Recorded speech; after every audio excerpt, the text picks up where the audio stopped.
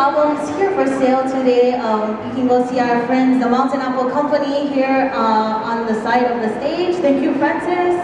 We have our regular Hawaiian albums available. And the title track of Mark's most recent Hawaiian album was released back in 2013. And the title of that album was Le Maile. Mark seems to like his leis. His first album was Le Kua Keni Keni. His second album was Le Maile.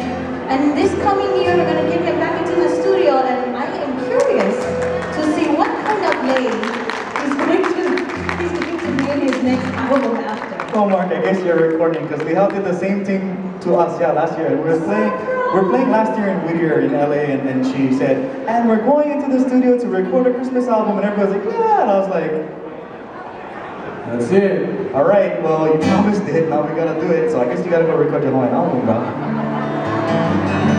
Think of a title track. Le Maile is a song that I actually had the privilege of composing with Mr. Yamanaka over here, and he came to us with an inspiration for a song. He said, you know, Maile is a lei that's received on special occasions. You know, it's hard to make that lei, and it takes a lot of effort to gather the maile and to weave it together into enough, so that there's enough for a lei for someone.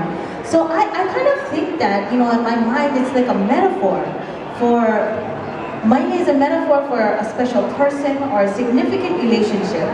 And I said, oh, I like that. And so we kind of ran with that idea. And we're very happy today to be able to share with you 3 of our 5 regular dancers.